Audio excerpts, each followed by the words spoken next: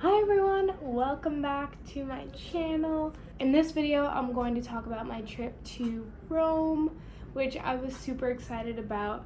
And I'm going to talk about basically all of the places I went to. And this is going to be more of a video of if you're interested in Rome and you want to hear what my experience was like, maybe get some advice from this if it's helpful to you. And then, yeah, just like for me to remember in the future and everything like that. So basically, first, as you know, I'm in Florence. We took a train. It only took about an hour and a half, which is really quick compared to other places that I've been to. And we showed up to Rome and we checked into the hotel and then immediately went straight to a guided tour of the Vatican Museum in the Vatican City. I'll put in some clips here too of what I took. It was so crowded and so hot in that museum that I don't know how well this came out. And I hope you were able to see just a little bit of what I got to see. But all of the artwork in there was absolutely stunning. The sculptures, the art, the tapestries, the paintings, the frescoes, everything was really, really cool to see. I definitely think it was worth it because I do like those types of things. But we had a guided tour and that caused a lot of issues because our big tour group was trying to navigate around all the other people and all of the other tour groups. And basically what happened was no one wanted to let anyone go. And sure, that happens in a lot of cases, a lot of the time when you have a big group like that. But I'm talking you have a full room and it is packed with people, groups of people who are trying to stick together. So half of my group would be in front and then this whole group tries to cut us off and it's why wouldn't you just let one group go, then one group? So a lot of the time, museums like that are going to be more busy during tourist times of year. Obviously, they're always going to have people there, but I think our timing of it's still September was just it was a lot. It was definitely really worth it. I did really like it. And then from there, we went into the Sistine Chapel. And so another reason why I recommend going later in the year if you can is because not only is it less crowded probably and less hot, you have to wear something that will cover your knees and your shoulders or you won't be let into the Sistine Chapel. So I don't think I have a picture of my outfit, but I was in a tank top and then a long skirt that went past my knees and I brought a shirt to put over my shoulders. But it was already so hot and sweaty and you just get so frustrated with everyone that putting on that shirt to cover up my shoulders, I was but it was absolutely worth it. Going into the Sistine Chapel, the whole ceiling, I don't have any pictures of it because I respected the fact that you're not supposed to take pictures in there. It's actually a space where you're supposed to be covered and silent. But we sat there for a little.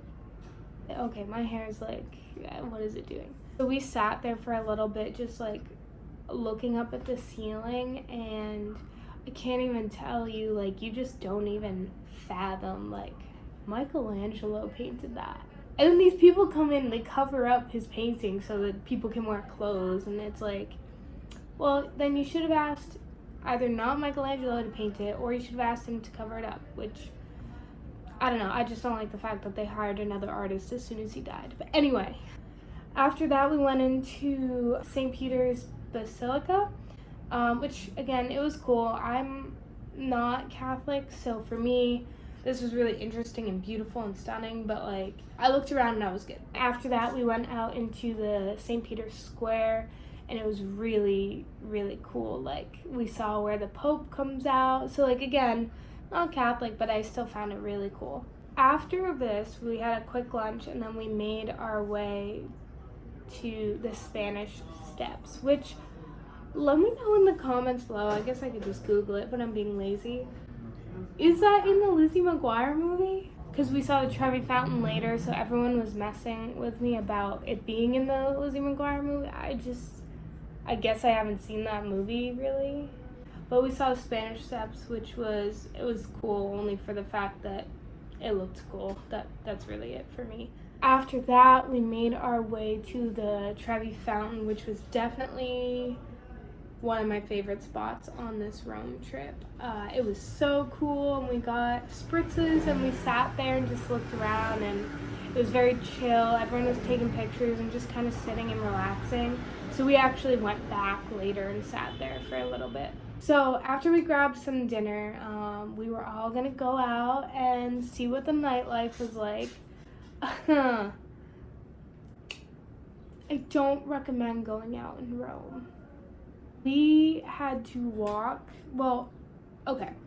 When I give advice of things like this, keep in mind that my mindset is I would like to have the best time spending the least amount of money as possible because I have a lot of places I want to go to. So if you're in the mindset of when you're studying abroad or traveling for a long time, you feel like you don't care about hitting like a lot of the places, like you just want to experience a couple places fully, then by all means like spend the extra money on Ubers and things like that, because they do have Uber in Rome. For me, any club or bar from our hotel was a 30-minute walk, which we did. It's where a lot of the students who studied abroad in Rome told us to go, and it was so Americanized, which, you know, isn't terrible. Like, sometimes it's good to be in that environment for going out, but it was a weird vibe, and we left almost immediately. We went to go to this other place, and it was really hard to find on maps. We were walking for another half hour. At this point, none of us were really having fun, and we ended up walking farther from the hotel and then paying for an Uber back, which couldn't even get to us because it was a residential area, even though a bunch of cars were there. So then we had to walk even farther to the Uber. So I don't recommend going out at night in Rome. Even if you love going out, like, it's not the best. So after that night, we went to bed, we woke up in the morning, and we hit the Colosseum, which I was looking forward to the most because I took Latin in middle school, high school, all the way through. So that's 6 years of Latin. I took AP Latin senior year. Can't tell you much, but I was really excited to see the Colosseum because this was just something that I'd always read about and heard about in school and for 6 years. And like all the translations we did in class, a lot of them were written about this Colosseum. And once again, like seeing these landmarks, you look at them and you just don't comprehend. They just don't seem real. It's crazy. After we saw the Colosseum, we went to the Roman Forum, which honestly I was a little disappointed by. I'm glad I went. I love looking at the architecture of it and the pillars and everything, but it was so eroded and worn down that I had a lot of trouble picturing what it looked like. The only cool thing I will say out of that, aside from just being in the old Roman Forum, is that I saw where Caesar's remains are. If we believe that. I'm always skeptical when they tell me where famous people's remains are. I didn't know before, but I guess he was cremated, so his ashes are supposedly there. So overall, my advice would be, if Rome is something you know you want to do, like for me, I knew I wanted to do it because of all my years of Latin, or you just really want to travel there, you want to see everything, my advice is you really don't need more than a day there. So if you are trying to hit more than one spot and be really efficient with your planning, you could definitely visit everything you want to see in Rome in a day. The reason why we did 2 is because my program had guided tours, which can be worth it. I definitely think that the guided tour of the Colosseum was absolutely worth it.